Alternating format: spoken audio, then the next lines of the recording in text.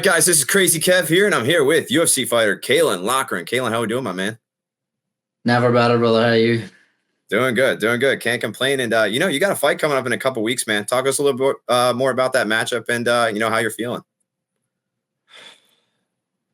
I feel absolutely unbelievable, lad. Please, God, touch wood, no injuries at this stage, because they're very common, and with training camps, they're really, really common. What you put your body through, but thank God, thus far, no injuries, and that's very not rare for me, but it doesn't always happen put that way. So I feel really, really, really good. Camp's been tough as always, as it should be, but another really hard week this week, and then start to taper off. So feeling great, lad. To be honest. Yeah, no, we're looking forward to it, man. And when it comes to your training camp, I mean, who's maybe some of those guys in your fight camp that are trying to push you to be the best version of you? Yeah, well, I prepare very specific. I like to for the opponent. Me and my coaches that we've got. I've had some guys in the come up from around UK and Ireland cage wars, and that I've had some really good wrestlers in. Had to travel a bit for that, but I've had the last, what has it been now, 8 weeks, very specific for Ramon. Very much when I'm on the mat, times dedicated to my fight, and the guys that I'm training with are there to help me, which is fucking essential at this level. Do you know what I mean? So now it's been a really good camp in Team Caolan and Four Corners over here in Liverpool. I haven't been home too much this year because I've been in Liverpool really just grinding. So unbelievable team around me. The gym absolutely flying at the minute. So now it's been a really good camp, lad, and it's been quite specific for Ramon. So I'm actually at the point where, lad, 3 weeks out, I'm almost sick of fucking what Ramon does and how he moves and his style and stuff. Do you know what I mean? I'm just almost ready to fucking get the fight week and fight now, you know? Yeah, no, 100%, man. And obviously in the past, I mean, you were calling out Raul Rosas. I mean, if you get that win, you think that maybe going to be your call out again? 1,000,000%, absolutely 1,000,000%. Lad, he's fighting. I think he's fighting on the Sphere. It would make sense that he's on the Sphere show. That's 7 weeks to the day after my fight, which is a relatively quick turnaround. So, of course, I can't overlook Tavares here. I mean, I'm in the UFC. These guys are all dangerous. They've all got their traits, so I can't be overlooking Ramon. He's probably actually a more dangerous fight to me, I think, than Rosas. But if Hunter and Dana's in the crowd for 304, lad, I'm telling them I'm fucking ready to go back to back. I'll actually tap. I actually have a thing I have planned for Dana, for what I'm going to say, because I've actually never met Dana yet. So I can't wait to say, but 100%, lad. 7 weeks after this, if he's not booked up, which he could be, if he's not booked up, I'm putting my name in the hat for that to go straight back in the camp. But obviously, if it's a hard fight, actually, fuck it. If it is a hard fight, I'd still fucking fight him. And I've had to fucking take 2 weeks off training and then only had a 4 week, I'd still fucking jump at that show just to be on the Sphere. But that's a fight I think makes sense. If it doesn't happen next, it's going to happen soon. But I'd like it in the Sphere. It'd be cool. Yeah, no, 100%, man. And I was actually at your last fight. I was sitting in the Andre Petrosky VIP section. I believe there was some of your family right there too, actually. So it was really loud and electric, and like I said, definitely had a lot of supporters right in that VIP room. I mean, are you bringing a big family and friends as well too for this fight? Oh fuck, lad! Because we're over here. I live in Liverpool. I do my camps in Liverpool, but I'm from obviously Ireland. Yeah, it's like, I don't know, 30-minute flight from Belfast or Dublin to Manchester. So I'd say it's the biggest crowd I've taken in my life. Even like people that I don't know, Irish people are just traveling. And there's obviously Kiefer Crosby, Sean O'Bannon are fighting there from Ireland. Imagine they'll bring a squad. So hopefully the whole thing will just get together and it'll be special. And I think everyone's coming over for the weekend. So fight night and then the day two in Liverpool. So gonna be a really special time, lad. Big crowd coming, yeah. Yeah, no, that's definitely awesome, man. I'm looking forward to it. And man, when it comes to just like you in general, I mean, what do you typically like to do outside the cage, man, when you're not in there fighting? Fuck all, lad, to be honest. Not that much. I train and I go for walks with my girlfriend in a forest somewhere. That's about the height of it, lad. I don't when I'm in camp, that's it's a pretty boring life, but it's the dream for me, to be honest, lad. I'll maybe get away if I don't be if I'm not fighting Ramon and it's like the end of the year before I'm back. We'll maybe go on a wee holiday or something after. But I don't do much else, lad. I'm not gonna lie. Do you know what Gaelic football is? No. I was going to ask you if you played that. I'm glad you brought that up, man. Yeah, Yeah, I definitely that do. that would be a hobby. Well, I don't play because obviously I'm a fucking professional fighter. I can't Right. be running the risk. But I used to play it all. I used to play it as much like as a kid. It was my sport. So if I'm not fighting or going for a walk somewhere, I would watch that to relax. But I don't do much else, lad. I'm not gonna lie. That's awesome. Like I said, that's really crazy. I was just about to ask you that next. But now on top of that, can you speak like the Irish language as well too? Nah, I used to be good at it. I was good as a kid. I was better. You have to do it in the schools here. You see. You have no choice, but I have a wee bit to it, but it's half left me, lad, since I left school. I'm not gonna lie. I do a wee bit. Fair enough, man. And you're like one of the faces when it comes to like being like the Ireland face for the UFC. I mean, what's it kind of like to go out there and kind of compete and kind of have that pressure every single time you're out there fighting? I think after 3 weeks' time, I'll be the main face. If I'm being honest, Irish will get behind me more than other people. I think, but just being honest, I think after this one, I'll be the main face after 304. It's class, lad. It's humbling.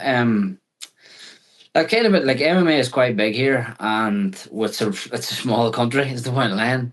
So like even from an amateur, I've had like big support. But since I've signed to the UFC, I say I only be home like I do be home at the weekends, time from time. But I don't like for the most part. I live in my training camps are here in Liverpool. So when I go home, it's class, lad. From the moment I land in the airport, the support is humbling and something that I've always dreamt of. So unbelievable, lad.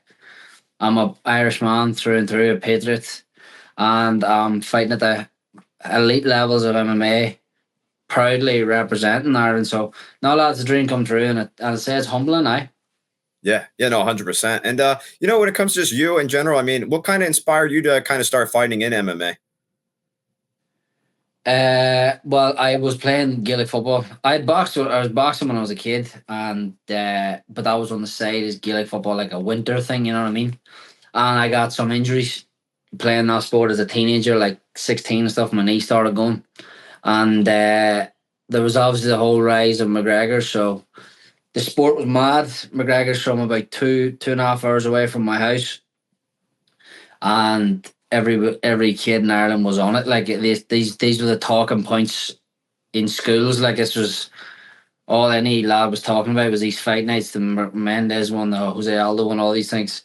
And I was sick of the rehab. I was sick of doing fucking pistol squats and box squats and all this shit for my knees. I was so bored.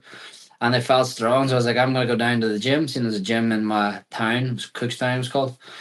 And after one session, I came home and I goes to my dad and my brother. I was like, I'm going to do this. I'm going to fight in the UFC. And they're all rolling their eyes and you're stupid, which is 100% fair for them to think that. And I was like, I'm telling you. I'm not going back to football. This is my thing now, and I was right. I never looked back. Yeah, yeah, and you definitely have been right. And on top of that, man, when it comes to like the UFC and like your walkouts and stuff, do you ever like practice your walkouts? Do you have something planned for this next one coming up? 100%. I see. I can't like over. My song's "Dreams" by the Cranberries. I don't know if you know it. The Cranberries are like a famous band from Ireland, Limerick. And if I like overplay the song, I get sick of the song. Do you know what I mean? So I can't overplay it. My girlfriend was saying playing the other day, I was like, turn that off because there's time. It's a time and place. But I visualize it like this. I don't really like short notice fights or change it like my debut, like change up an opponent something like that because I like to have it like I think mental training is like the most is as important as the physical training and like visualizing being in there, visualizing my walkout, visualizing my opponent's attacks. This is like vital training in my eyes. And the walkout, I've seen it, lads, 700 times. I need to get down to the fucking co-op because I say I'm here in Liverpool. Maybe go this Sunday. And I don't know. Hopefully they'll let me in. They probably won't, but hopefully they'll let me in to see the arena and I can like really visualize my walkout and being in there in the arena and all, you know. But I do visualize the walkout and practice it and listen to it occasionally and stuff. Of course, lad. Yeah, no, 100%. That makes sense, man. And when it comes to music, like you were just mentioning, when you have like some free time, do you ever go to like concerts and stuff whenever you can? Wouldn't really be my thing, lad. If I'm out of fighting, I'd sit in an Irish bar and drink pints. Wouldn't really be a concert guy.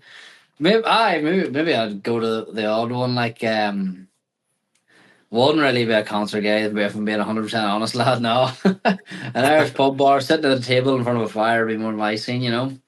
Yeah, no, that makes sense. And after your fights, man, what do you typically do after a win? Immediate after one, Yeah, what are you doing? drinking pints. That's just what I'm doing, lad. What's your go-to drink? What? What's your go-to drink? Oh, Guinness. It's actually the only alcohol I actually enjoy. I don't drink like half and like that, but I actually do. I don't like even like beer. It makes me real bloated, but I love stout. It's my weakness. I'm very good at cutting it out, but like I've been sober nearly this whole year, all in 3 to 4 weeks between the after my last one. But I like a Guinness, lad. I'm not gonna lie to you. I like it. I like it. And now, when you're out there like celebrating the win, you got any crazy or cool, memories from that maybe you could share?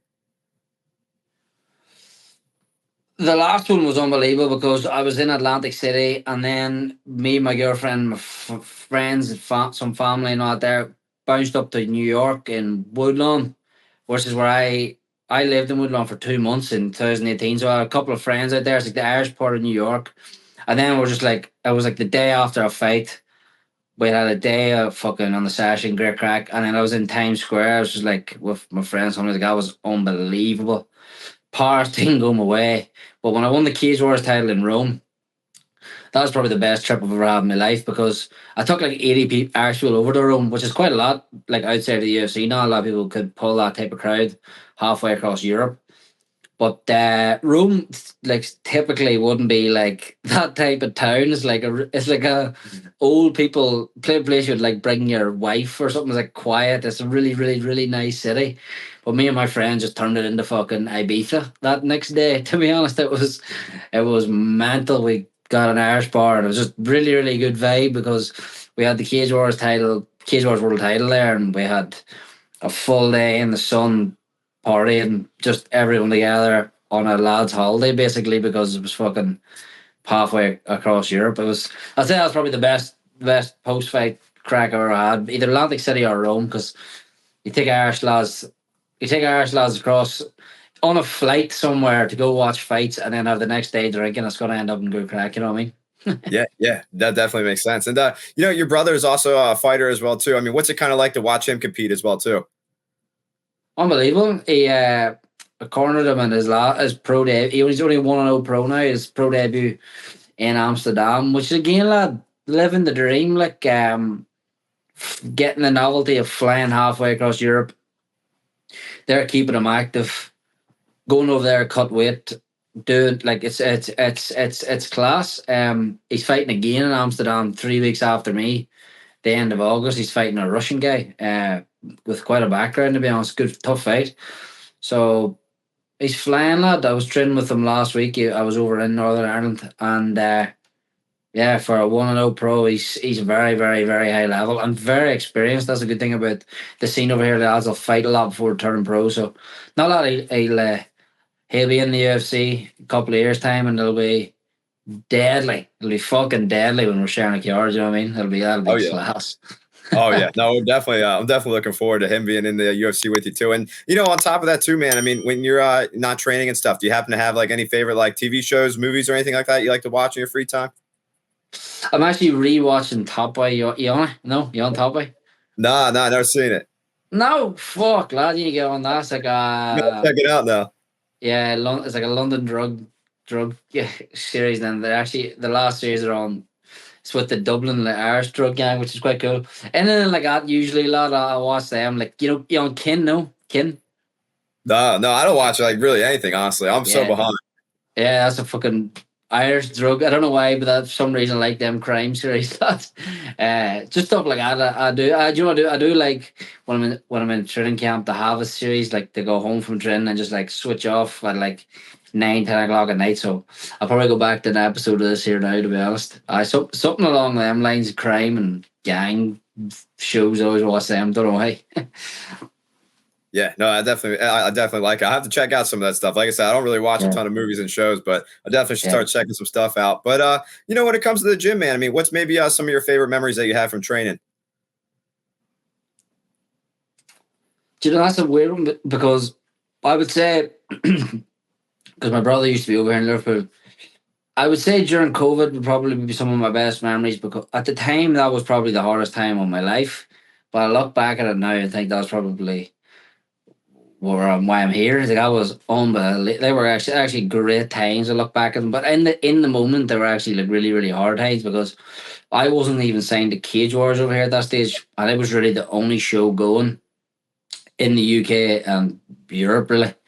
And I kept getting matched to fight, and through COVID restrictions and pullouts and guys not wanting to fight me for like 6, 7, 8, 9 months, I would be booked to fight. Five fell through. Okay, I fight in 2 weeks. Five fell through 3 weeks. So I was in like a constant training camp, and it was really, really, really, really hard training. And I was injured, and it was just about like staying positive back then. So that was a hard time, definitely. But like I was still living the dream. I was in the gym every day. I was surrounded by fucking Darren Till, sorry, Mike Grundy, Tom Aspinall. Our gym became like a fucking hub for UK MMA basically because they were fighting in the UFC. They had this elite athlete bullshit, which meant that we were allowed to train with them even though we weren't in the UFC, and like it was just such stupid regulations. But they were hard times, but I'd say they were like character building times, and that was just like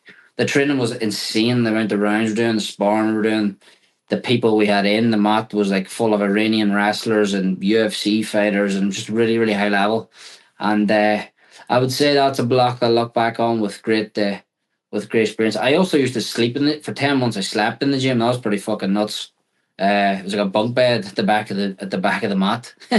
Well, literally a bunk bed with no TV, no windows, a bunk bed on the back of the mat, and I slept there for 10.5 months. That was pretty nuts. But again, these are like, if these were the bad times in my life, then I'm very very lucky. You know what I mean? Because I look back at them with like great, fun memories. You know. Yeah, yeah, no, that's definitely some pretty cool memories. And speaking of the UFC, I mean, is there any cool like behind the scenes stuff that maybe a fight fan might not know about that goes on with the UFC? Jesus, stump me there, brother. Uh, I don't know. Probably for me, as just being a fucking fan of the sport, what's cool is you be with the fighters all the time and you're watching them train all the time. And that's something I'm excited to because I honestly, the last time, Jesus Christ, I was saying I better win because I just thought I was walking around saying I'm better than fucking everybody here. That's what I was thinking. But then it got to weight cut day and Wonder Boy came in. I was like, finally, a high level guy. Then Gilbert Burns comes in. Then Aljamain Sterling comes in. Then Chris Weidman walks in. I'm like, this is fucking class. I just love being a part of this. Do you know what I mean? This is fucking deadly. These boys are all around me, cup mate. I'm just watching them train, and everybody's fucking doing the thing. We're all chasing. That was cool. And then this time I'm gonna be there with like fucking Leon Edwards and boys like that and seeing them train. So there's not much goes on. No, it's a lot of it's fucking sitting in a hotel room. If I'm being brutally honest, sitting in a hotel room doing like maybe the odd one of these and drinking water. That is really the most of it comes down to on fight week. But for me, it's cool just like seeing high level guys floating about and training all the time. You know what I mean? Yeah, yeah, no, that makes sense. And man, with your fight gear, like your fight gloves, your fight shorts, maybe even your Cage Warrior title and stuff. I mean, what do you typically do with that stuff? Might see them here, dog. That's the Oh, cage there you word. go. And Yeah, then they yeah, all and all there's my fucking poster and all behind me and yeah, yeah. I see that. yeah, I've got a post. I just keep them all, lad. I keep them all. I've got them. I've got my fucking backstage passes here. I've got my Cage Wars jersey framed. I just keep all that stuff, lad. That stuff's going to the grave. Do you know what I mean? I love that. There, like it's cool. Like my room, like it's actually weird. Like I've got my amateur title sitting in here for like I'd ever give them back. Well, I've got one of them. I've got one of them I had to give back, and I'd love to buy it. I actually would have loved to have got to keep the Cage Wars title. I will love to get that someday. So just to wake up in my room, like this room here, this house is nothing special. It's fucking shite to be honest. It's like a HMO. But I wake up every morning and can't remind myself who I am and what the amount of stuff I've done. Like even of every hand wrap I've had as a pro, blood on them and everything sitting in here. So yeah, I keep all that stuff, lad, to be honest. That's awesome. That's really, really cool, Yeah. man. I'm glad you do. And you mentioned like a bunch of like awesome fighters and stuff. Is there maybe like or I guess I should say, who's maybe the most famous fighter you might have in your phone? Like number. Yeah, like their phone number. That would probably be Darren Taylor, Tom Aspinall. Would I have them on WhatsApp? So they're probably the most famous. That's definitely awesome, man. I definitely love it. And like I mentioned, I'm a Taekwondo instructor, man. I've been teaching for 6 years. I've been training for 19 years. I started when I was 5 years old, so I love martial arts. And with that being said, with all the different guys I train in my gym, what advice would you give to them to keep on coming into the gym and keep on getting better and better every day?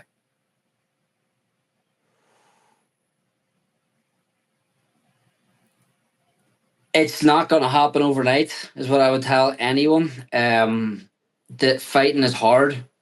Don't try to make it not hard, but enjoy the journey and try to take it.